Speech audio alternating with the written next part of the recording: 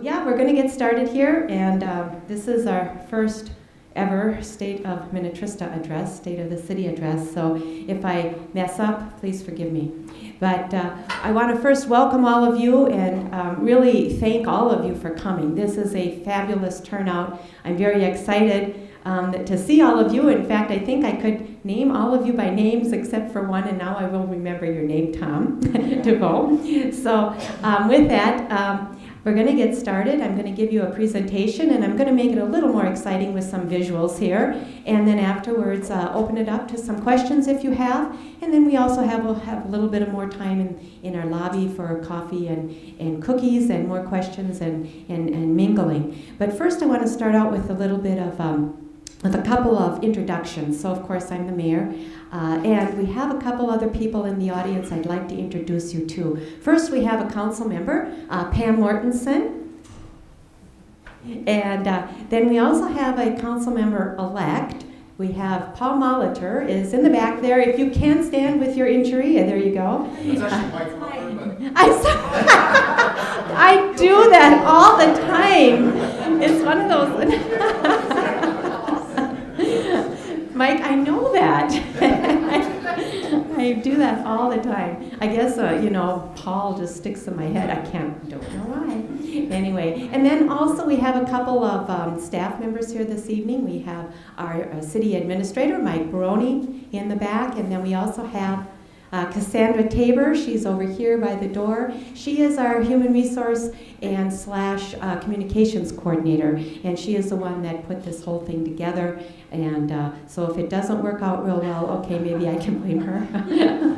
Just kidding. She did an excellent job on that. So, hold on. I have to multitask here.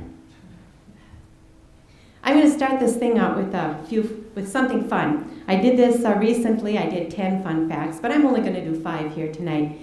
Recently, I did a presentation for the West Tonka Community and Commerce Group, and I said, hey, there's 10 things you may not know about Minnetrista and may want to know. We're going to do 5 things that you may not know but maybe want to know, and if you don't want to know, hey, you can fall asleep. So, number 1, how many of you know how large is Minnetrista? What is the square mileage of Minnetrista?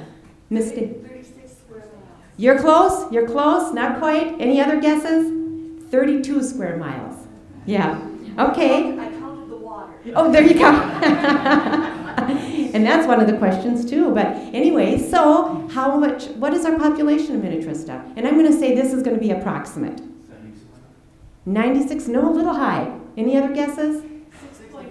6,6500, a little low. We're approximately 7,000. According to the Met Council, they're a couple years behind. They have 6,700 as listed for us. But with our growth, we're probably close to 7,000. So the next one, okay, this is a real mind bender. How many miles of paved roads? And this is city paved roads, not including the state highway or county roads. Any guesses? 40. Very close, not quite, almost. 43. We have 43 miles of city roads. Now we have also gravel roads, and those can be a nightmare, as some of you may know. How many miles do we have of gravel roads? 10. A little more. 12. A little more. We have 21. 21 miles of gravel roads. So, here's one for all of you lake lovers. How many lakes do we have within the boundaries of Minnetrista and or that Minnetrista has shoreline on? 12. 12 is a little high, 3 is a little low, somewhere in between. 6 is still 7. I'll take 7. We have 7. We have Mud Lake, we have Dutch Lake, we have Little Long, we have Whale Tail, Lake Minnetonka, of course. We have Saunders Lake, and where I'm missing one. Oxyoke, thank you. So we have 7. So with that, so did you learn something? Yes. There you go. All right. Okay, it's not moving. It's still not moving. Okay, we will have this glitch fixed in just a second. But with that, so as I stated before, this is our first ever Minnetrista State of the City address. And what this is this is just one of our venues, one of our things that we're doing to try and reach out to the public. What we said that the city council met back in January, the new council when we were seated back in January of 2015, and we set some goals and priorities. One of those, not the only one, but one of them was to reach out to the community and reach out to our constituents and provide them with more and better and more frequent information as to what's going on in our city and what's happening at City Hall. So one of the things we did, it's going to be up real soon, just in case you're wondering. We improved our electronic, just kidding. So what we did, actually, we did create a brand new website. And if you haven't had a chance to go on our website, please do so, visit it. It's greatly and vastly improved. And we launched that last year, earlier this year. And thank you. This website is easier to maneuver, it's easier to find information, and also following as to what's going on. We also besides our new website, we also launched Facebook. Now I don't do Facebook. I'm not very electronically. I don't have a lot of abilities in that department, as my husband can attest. But we at the City Hall have Facebook, and if you are a Facebook person, please befriend us, because it's a wonderful way to stay in touch and know what's going on. We currently have about 300 followers, which is very good since we just started earlier this year, and we have daily participation from residents. We also rolled out our e-alerts this spring, and this is a subscription. In case you aren't subscribed, please do so. Another way to stay informed. It's subscriptions for residents, and they receive council packets, road alerts, info on hydrant flushing, commission agendas, and more. And we are receiving more and more subscriptions every week. We continue to do our videotaping of our city council meetings and post them on our website with a new menu that allows residents to watch the parts that are of interest to them. So you don't even have to watch the whole council meeting. You can just go and click on that particular agenda item that's maybe of interest to you. Our viewership is up 27%, and we have had, and I don't quite know what this means, but maybe some of you out there do, we have had over 8,500 unique views so far this year. We have also added Twitter to our electronic media. Now for 2017, going forward, we plan to add news briefs on our council actions. So those will be coming out a few days after our council meetings, informing the public as to what was decided, what was on the big ticket items. It'll be kind of an overall. And then also we are going to have live sessions on our Facebook with department heads. And we are also going to continue with the Minnetrista Messenger, and we're going to be looking at some improvements to that as well. One of our outreach programs, besides electronic, is our community. And we've done a number of different community projects, such as Trista Day. Many of you are familiar with Trista Day. It's been happening for quite a few years. I can't say for 10, 12 at least. Yeah. And this year we had a new event at Trista Day, and it was a really fun event. Pam Mortensen, our council member, came up with the idea, and she ran with it and was able to get support from local businesses. And the whole entire event, the entire pig race event, was sponsored by local businesses. So there were no tax dollars at all spent on this event. She did a fabulous job, well attended and well received, and it was really a fun event.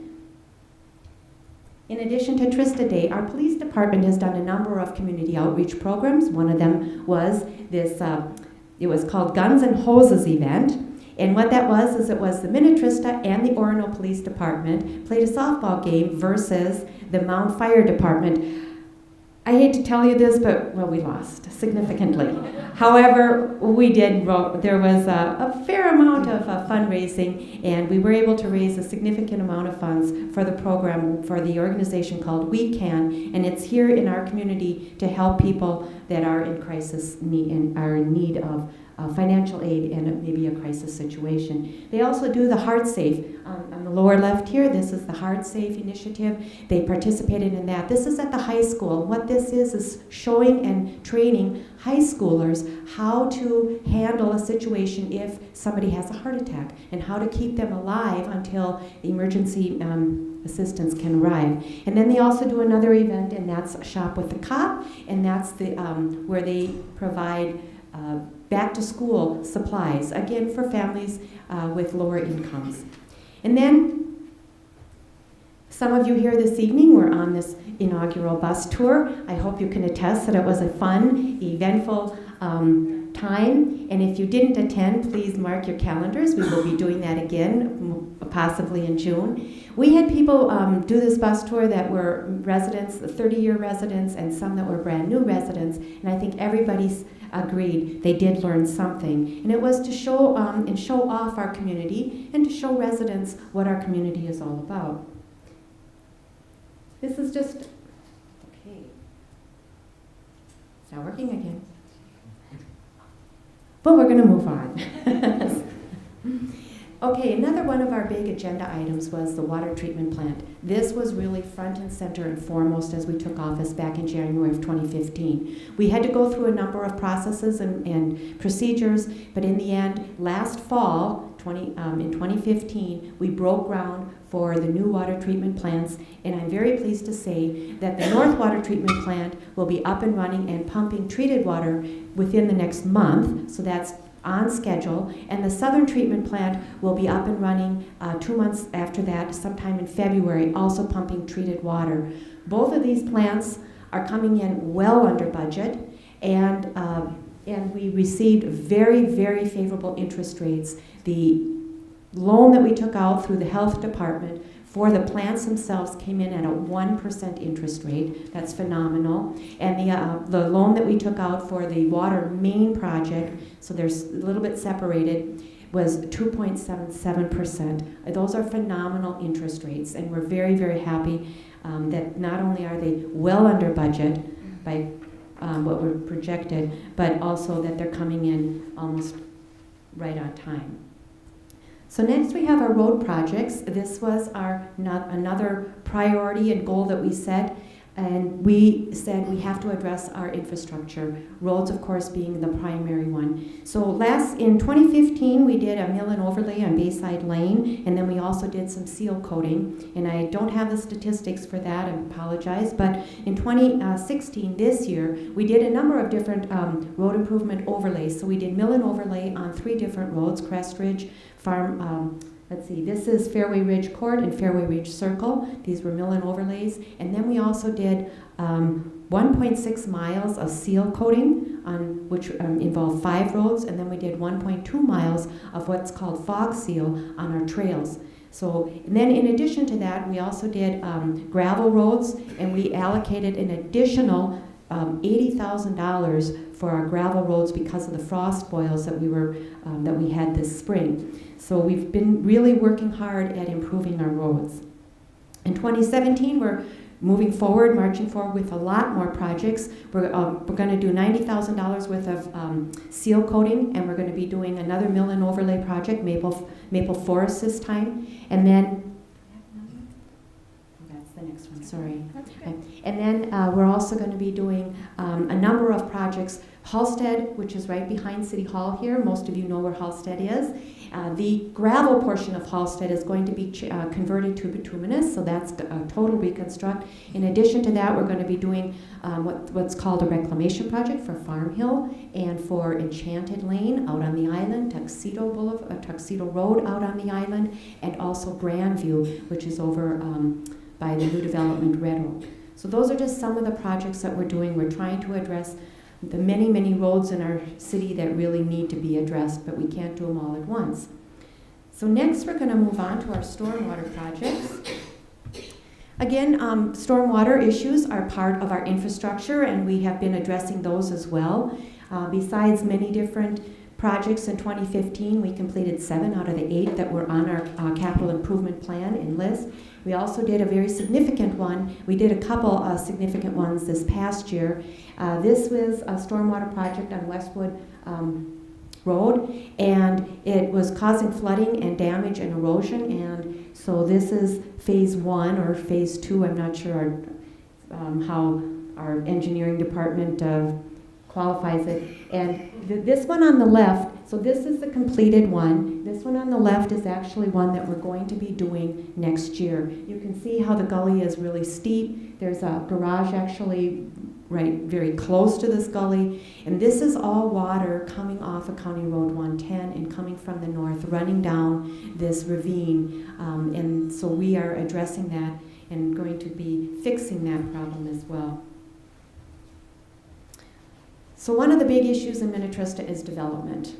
Obviously, we have a lot of it right now, but in spite of the fact that we really want to remain rural, we will, but we currently have 6 developments that are in various stages of being completed. So we'll start with the Red Oak one, which is on top in the middle. Red Oak Golf Course consists of 66 single-family homes. They range in price around $450 all the way up to $650.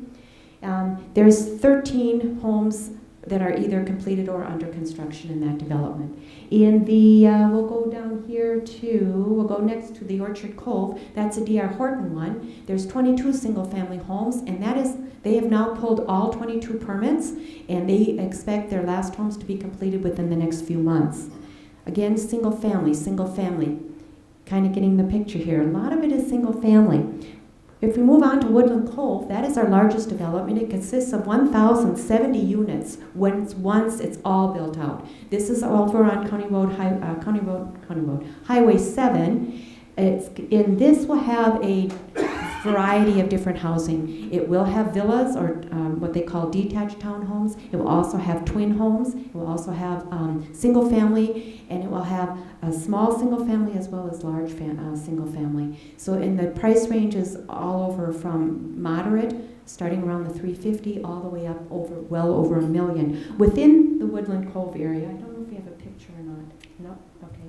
Within the Woodland Cove area, there's a area that is on the lake, on Halstead Lake, and some of those homes are custom built by Lacey Brothers, Charles Cudd Homes, that kind of thing, and they are going to be well over $1 million. Then we also have, those are some of the townhomes below the sign. Those are some of the townhomes that are already built in the Woodland Cove development. Next, we move on to the Robert Thomas homes. This is what's called Dutch Lake Knoll.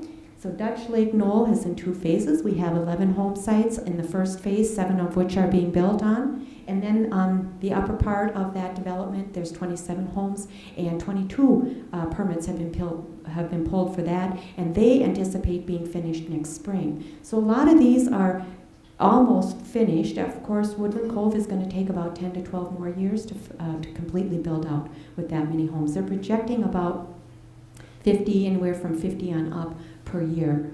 Then we have another one that I don't have a sign for, and it doesn't look like much, and it actually hasn't started. It's called Serenity Hills. The City Council in Minnetrista has given its preliminary approval for Serenity Hills, and what that is it's going to be 5 condo buildings. It's in the old trailer site, if any of you know where that is.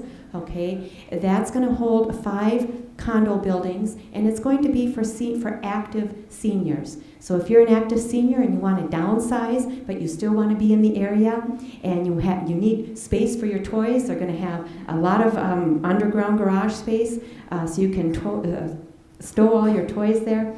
And again, this has not gone through final approval. We anticipate it went through Mound, and this is a joint thing because part of this property is in Mound, so a little more complicated. But we anticipate it coming back maybe even probably early next year for final approval. This will really be a nice addition to our community since we really don't have a lot of what's called life cycle housing. So we hope that this will fill that niche, at least some of it.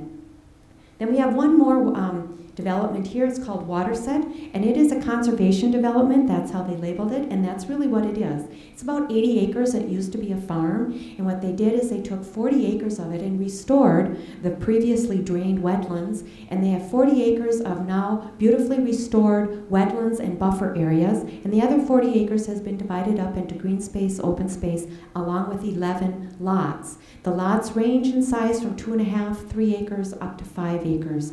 And this is actually just up the road here on 110, just past City Hall. And this was really a wonderful effort, and I'll give you some more information on this later on as we move forward. But I have a little more information later on. But also, so this will maintain the rural character, and it will still provide more housing for the property owner, and again, a little more income. So along with growth comes staffing needs. So in the last couple of years, we have added some staffing. We have Chris Lindquist, who is our city clerk. She replaced our longtime city clerk, Terry Harstead. Some of you may have known her, but she left us in October 2014, and Chris came on board in February, March of 2015. She is our city clerk. Now here we have Chad Bartley and Jesse, Sikalski. That is a hard one, especially because it's spelled so different. Jesse is our building official. He is the one that looks over all the plans that come in, makes all the red marks on your plans. And Chad Bartley is brand new to us as well. He is our full-time building inspector. Just to kind of give you an idea of what's going on. We had so far this year, we have had 93 new home. This is just new home permits come through City Hall. We have had 405 building permits come to City Hall thus far this year. That's a lot of permits to review and also then to do the inspections on. We used to hire with a contract out, and about a year ago we decided that it made much more sense. We could provide better service, more quality service, faster service to our residents if we did it in-house. So all around it's been better. That we've gone from about a 10-day turnaround when we used to have it contracted to less than 5 days. So if you bring your plans in, you should be able to get them back in about 5 days and start with your project. Next we have, over here we have Mike Pollack. Okay, another one that's hard for me to pronounce, but anyway. And he has been with the Public Works Department for over 15 years, and just recently he has been promoted to be our new water treatment plant operator. So he has started his training, and he will be doing that pretty much full time. So our police department, of course, with the growing community, we have police needs. What we've done is a couple things. Craig Squires used to be, he was our sergeant. He was promoted to the lieutenant position, which had been vacated or vacant for a number of years.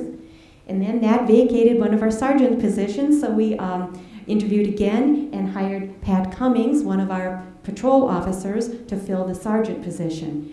We also, for the first time this year, are part of the Western Hennepin Area Drug Task Force, and that required one of our officers to participate in that, and so one of our officers was promoted again from within. That left us with 2 open positions. We hired Justin Thompson and Josh Brown. They were just recently added to our police force, so we are now full staff again. So I was talking about the water set development earlier. I'm going to tell you about them right now. So on your right here, this was an award that the city received and the Mader family. So the Mader family owned the property up the road and developed it into the development called Watershed. It was a joint venture and a collaboration between the watershed district, the city, and the property owner. And the watershed felt that this was very positive, the collaboration, of course, and also the outcome. What it does is it gave the Mader family more income. What it gave to the city, we got more tax space. And what it gave to the watershed, they got some wetland banks that they've never ever had in their watershed before. Believe it or not, this is the first wetland banks in the Minnehaha Creek watershed. And it also provided us with some water quality techniques as well.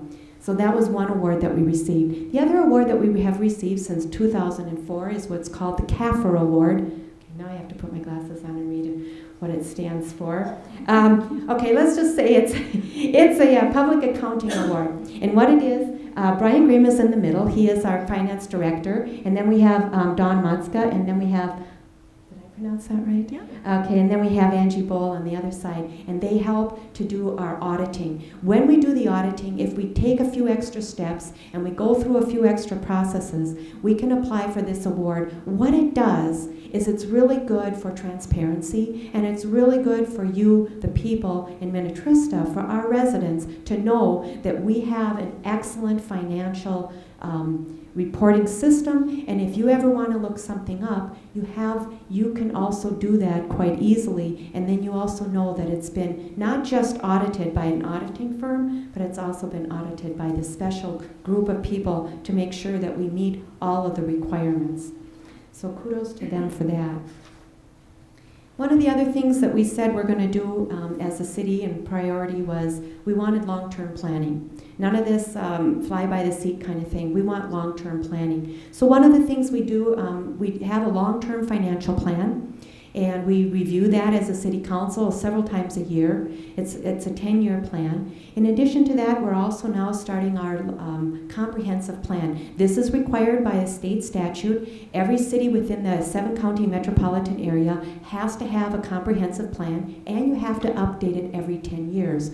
We are coming close to those 10 years, and so we created a committee to review this. Pam Mortensen is the council liaison to it, and Mike, I got that right, Mike Molitor is one of the committee members as well. We have other planning commission and other park commission members on it, and then we also have 4 people that are citizens at large that are on it. What they're going to be doing, they're reviewing the plan in its entirety, specifically and also most importantly the development and where the MUSA line, where the Metropolitan Urban Service Area is going to be going. And then we had an open house, invited people in, they gave us their input. They're going to be putting this together, and then they're going to be putting it out in January for more input and feedback from the community. In addition to that, what they're also charged with, we are creating a long-term city campus master plan. The city owns about 50 acres right here, we're surrounded by it, and we need to know how is it going to be used in the future? What do the citizens of Minnetrista want to see? What would they like to see here? What are the needs of our community? That's what we want to plan for long term. So that's also part of their charge. And next, just real quick, and I won't bore you any longer and won't keep you seated for too many more minutes, but you know, a lot of people say, well, what does the city council do? So we do a lot, actually. Our city council is pretty active. So besides coming to council meetings and making decisions and policy and policy decisions, we also do some fun things. We get to go to conferences, learn about other cities and what they do. We get to find out and network from other mayors and council members. We also get to be in parades and we get to wave. Okay. What is this all about? Hey, this is letting people know that Minnetrista is a great place to live. All of these things that we do, we're trying to promote Minnetrista. That is our goal. So Trista Days, promoting Minnetrista, getting people involved. The parade, promoting Minnetrista, getting people interested. We also do National Night Out, and I assisted our police chief this year and visited, I think I got to 6, and I know some of the other council members attended as well with various police officers. We try and get around to all of the parties. We had 16 parties this year, so it's impossible to get to all of them. Some of you might notice, might look familiar there. So, but anyway, and then the pig races, as I mentioned before, and there's Councilmember Christensen at the Trista Day. And then this was there's several mayors here. We have Lily McMillan, Mayor of Orono, and myself, and then Mark Wegscheit, Mayor of Mound, along with the police chiefs, Paul Falls and Farniak from Orono, and the fire chief, Greg Peterson from Mound, and this was the softball game that I had mentioned. So we go to things and events like that. We also do ribbon cuttings. This is the fun part. So we do ribbon cuttings. We had a brand new tennis court last year that we were able to inaugurate, and then we also did the shovel, the first shovel for the water treatment plants. We also did a ribbon cutting for our brand new salt storage shed, and then this was a picture. I'm the short one over there. Anyway, this was a picture. I got to go with a bunch of mayors to the brand new, not yet finished, US Bank Stadium. This was last fall. So we get to do a lot of fun things like that, but when we do these things, I know we're always thinking, how can we promote Minnetrista? How can we make our city a good reputation good, and make sure that people know that this is a wonderful place to live? So with that, there's a lot more I could say, but again, I'm not going to keep you seated. I know you're probably anxious to get up and get home. But are there any questions? Go ahead. When you have all these new developments and that increases the tax base, is that correct? It does, yes. So what is the net effect on the finances of the city? Yeah, that's a good question. So just as a for example, I'm going to kind of get to that in just a second. So our budget, our levy that we levy against all of the properties in Minnetrista for next year is going to be $4.2 million. Okay, that means it's a 2.89% increase over last year. However, with our growth, we had over 2% growth.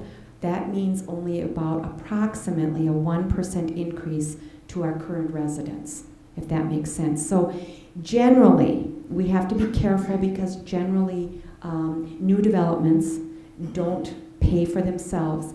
But one of the things I was pointing out earlier is the price point of some of these new homes and developments. They're all, most of them, Red Oak is in the $450 on up, Orchard Cove is $550 on up, the Robert Thomas homes are in the $550 starting point all the way up to over $800. When you have that kind of a tax base coming into the city, it does help. Here's the other thing that it does reduce our tax rate. In 2016, this year, our tax rate is around 28.5%. It's going down to 26. It's 28.5 now. Next year, even with that increase, our tax rate is going down to 26.5. So that means if you compare us to other communities, the same value home in other communities that have a higher tax rate are going to be paying more. So good question. So you said that new developments usually don't pay for themselves. How does that work? Well, that's why a lot of times communities have a combination of commercial as well as residential. Because residential, you need more services for residential than you do for commercial. And then typically, your commercial properties are also going to be higher market values. So one of the things we are going to be doing next year, based on some feedback that we've gotten from members in our community. So we're going to be looking at opening up or trying to encourage development out on the Highway 7 corridor. So we're trying to entice more commercial, and we're also encouraging and very welcoming the high-end homes too that come into our community. Margaret. Is there any consideration given to the commercial area bringing in a grocery store that, like I know at Hutchinson or even Right. Aldi's, and I scream down the road to Costco, then I go to Jubilee. But if I'm entertaining, I just have to get out where I can buy more and buy. Right. But I wish we had more amenities closer to home. And that's exactly what we're going to be looking at. We set some dollars aside to see to hire somebody to help us figure that out, because our staff isn't expert, doesn't have the expertise in that area. But we do feel that, especially with the growth on Highway 7, and that's where the commercial would occur. What kind of commercial will occur, that's to be decided. We don't really have control over that. We have to depend on what businesses want to come here. But this company that we would be hiring would help us decide not only what businesses would be willing to come here, but how we can entice them to come here. So those are things that we're going to be looking at next year. Yeah, I think it would really be absolutely a big plus for our Yeah. city with Cove and the development. Exactly, and there's St. Bonnie too. Older and maybe not wanting to travel Right. so far. Yeah. Okay. Good. Mr. Zeus, Pastor Zeus. Yeah. I have a question. Would you have a pulse on with all these new developments coming in, do you have a pulse on what the age demographic is on those coming in? We don't, but I think the school district might. In fact, I'm pretty sure they do. We haven't done that kind of a survey, but I can tell you from door knocking 2 years ago, almost every household had a gazillion kids. I mean, I was just amazed at how many children we have in our community. It's quite a lot, and I'm even amazed, even in these homes that are, you know, $500,000, $600,000, $700,000, we have young families in these homes. So again, exact numbers I don't have for you. Mayor, can I chime in on But that? maybe. We did a community survey back in 2011. We're going to do it every 5 years, so we're probably a little bit behind on doing that because of our workload here with the water treatment plants, et cetera. But we'll probably be doing another community survey in 2017. That has some demographic stuff. You can find our 2011 survey on our website if you would like to look at it. Mhm. That'll just give you a snapshot from 5 years ago. And hopefully we'll be updating that. Okay, thank you. Okay. Any other questions? Yes, Mary. Do you think with, especially with the code development, that will precipitate having additional school buildings, especially down in that area? Well, I'm not sure. Again, that would be a school question. We have been in contact, and we're going to stay in contact with the school for a number of reasons, but the Woodland Cove is in the West Tonka School District, so you're correct on that. I don't think right now or in any time in the foreseeable future they have, but again, that would be a question for the school district. So, yes? What do you see for future development beyond what we've looked at today over the next 10 years? Well, I don't have a map. It would be nice if I did, but I don't have a map. So currently, the city has what they call a MUSA line, so the Metropolitan Urban Service Area, and there's a line. And all of those properties within that line are in the urban service area, and they can develop. And then they have to develop at a certain density. That line, right now, the steering committee is looking at not changing it. In other words, it wouldn't be moving any further out than it currently is. One of the reasons is because we're meeting our density, we're meeting our numbers, meeting our numbers by the Met Council. The Met Council determines how many households we have to bring in to the area, and based on that, you have to then expand your MUSA line. This time around, it doesn't look like we have to. So that's kind of what we're looking at right now. Again, we're going to wait for the final analysis and final recommendations, and then also open it up to the public for their comments as well. Yes? If we put more land in conservation, does that help keep that MUSA line where it's at? It really doesn't play into it. Yeah, yeah. I was curious if are we looking at doing any more of that? The city is always open to doing conservation development, such as the water set, but it's all up to the landowner. And so obviously if a landowner comes in, and the conservation development, so there's two different types of developments. There's conservation development in a rural area, but then we also like to promote what's called low impact development in an urban area. So the low impact development means that you have somewhat smaller lots, but then you have more open space and more green space, and you try and preserve the natural amenities that are part of that property, whether it's a wooded area or maybe it's a stream or whatever. So, and then the other thing that we like to promote is what's called a planned unit development, so you get a diversity of housing. And if you do that, you can still maintain larger single-family lots if you have some townhomes, for instance. So we're trying to look at that. We haven't had anything come in right now. The other good thing, remember I talked about the Serenity Hills, the condos, that's going to give us a lot of extra density. So we will have kind of a bank, if you will, of density that we can then use in other areas. So we're trying to work it out so that we can still maintain the rural quality and feel in Minnetrista that we currently enjoy, because I know a lot of people like that, whether you live in the rural area or whether you live in a developed area. So good questions. One more, Elizabeth. Are we still considering putting all of Minnetrista in the Minnehaha watershed district? Well, we would love to do that, but it's probably not going to happen, at least not in any foreseeable future. There's a lot of steps we have to hop through, and one of them has to be that the Minnehaha Creek Watershed District would have to be on board with that. So we're going to play kind of a wait-and-see game. What Ms. Schneider is talking about is we have two watersheds within our city. We have the Pioneer-Sierra Creek Watershed, and we have the Minnehaha Creek Watershed District.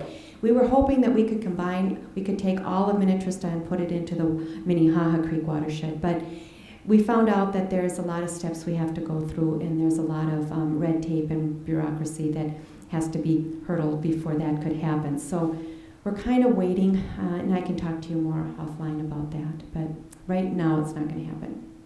Yeah. All right, with that, I'm going to wrap it up, but we have cookies and coffee out in the lobby, and we'd like to invite you to have one and have a cup and stick around for a little while, and I can answer more questions. Also, Mike Baroni and Pam and Cassandra can answer questions for you as well. So thank you very much for coming.